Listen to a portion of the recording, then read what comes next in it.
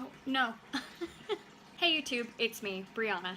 Can we talk about consistency? And can we talk about how I'm really bad at maintaining any kind of consistency when it comes to filming these videos?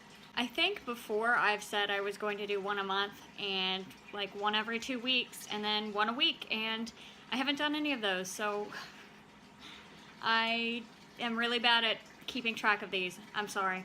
I think what I'm gonna have to do is I'm gonna have to commit to something really, really loose and easy, like say one of these a month, and then get you guys to nag me if I don't do it, because clearly I can't handle doing it on my own. Anyway, today I thought I would talk about my play Touch, because most of you know I attended a recent performance of it, and I know a lot of you have questions about the play in general as well as that particular performance. And also I thought I'd make a video because it's been such a long time since I've made a video. So I don't know how much you guys know about the play in general, so I'm just going to start from like a flat knowledge base of nothing. Basically 3 years ago I was living in Florida. I was living alone, no friends, no family, no one like that near me. I just would go to work and then come home and write, and it was really sad. But out of that came Touch, which is the only play I have published right now. Not the only one I've written, but we'll get to that. And it's about a world in which physical touch has been outlawed because of virus and disease and all that good stuff that I talk about in Blood and Water, but they're not actually connected other than that. The main character is the Seeker, and she has spent her whole life, you know, wondering about touch and just thinking about what she's missing. And in the play, she sets out to see what all the fuss is about. So Touch, it's a one act. I did that because I wanted it to be really intimate and self-contained. When I originally wrote it, it was 5 acts, but I ended up cutting it down because just one acts are easier. There are 5 characters. There's the Seeker, the Cured, the Addict, the Dealer, and the Enforcer. The way I wrote the play, the only character that really needs to be a certain gender is the mother, who is the Cured, because the way society works, only the women get to raise the children because the men are sperm donors, and it's a long path I don't want to go down right now, but yeah. So basically every other character in the play can be any race, any gender, almost any age within reason. Another reason I did that was because I wanted this play to be performed in a wide variety of places and venues. So I wanted there to be a great deal of flexibility with it in case a director wanted to stage, let's say, an all POC cast production or an all-female production, something like that.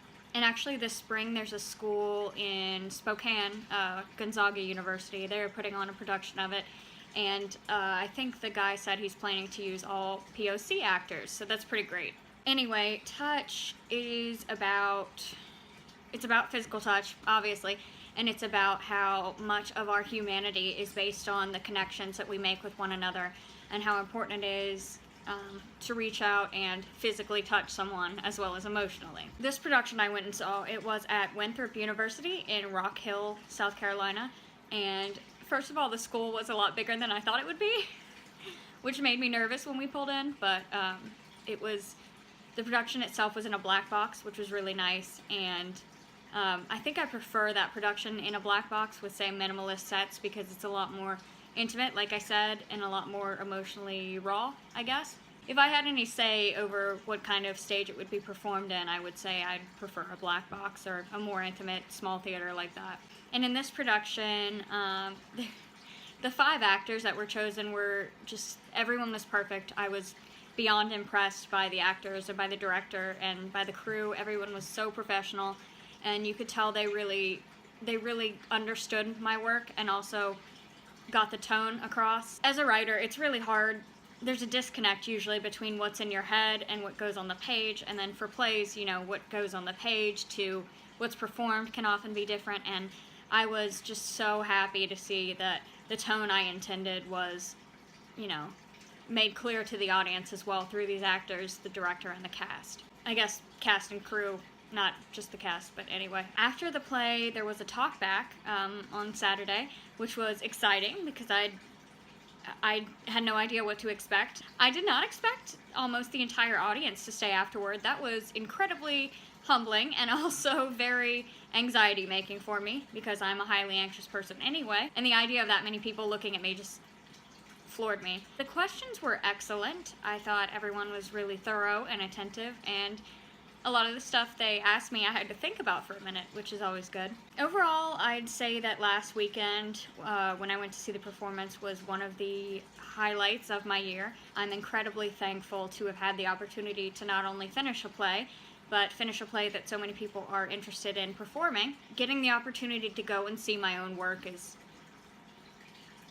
I can't put it into words. As a writer, you don't necessarily get to see people enjoying your work. Even if you see somebody reading your book or they leave a review, it's not quite the same as seeing their reactions in real time, you know? With that said, I think after this weekend, well, this past weekend, I'm definitely interested in producing more plays, writing more plays, because I really want to go see, say, a full-length production or even a musical. Even though I can't compose, maybe I can figure out one day how to make that happen. That's all the time I have for today. I just wanted to give you guys a quick update on what's been going on with me and tell you a little bit about the play because, like I said, I've gotten a lot of questions about that. If you have any more questions or if you can think of anything else you'd like me to talk about in future videos, feel free to leave a comment below or reach out to me on social media. Until next time, bye!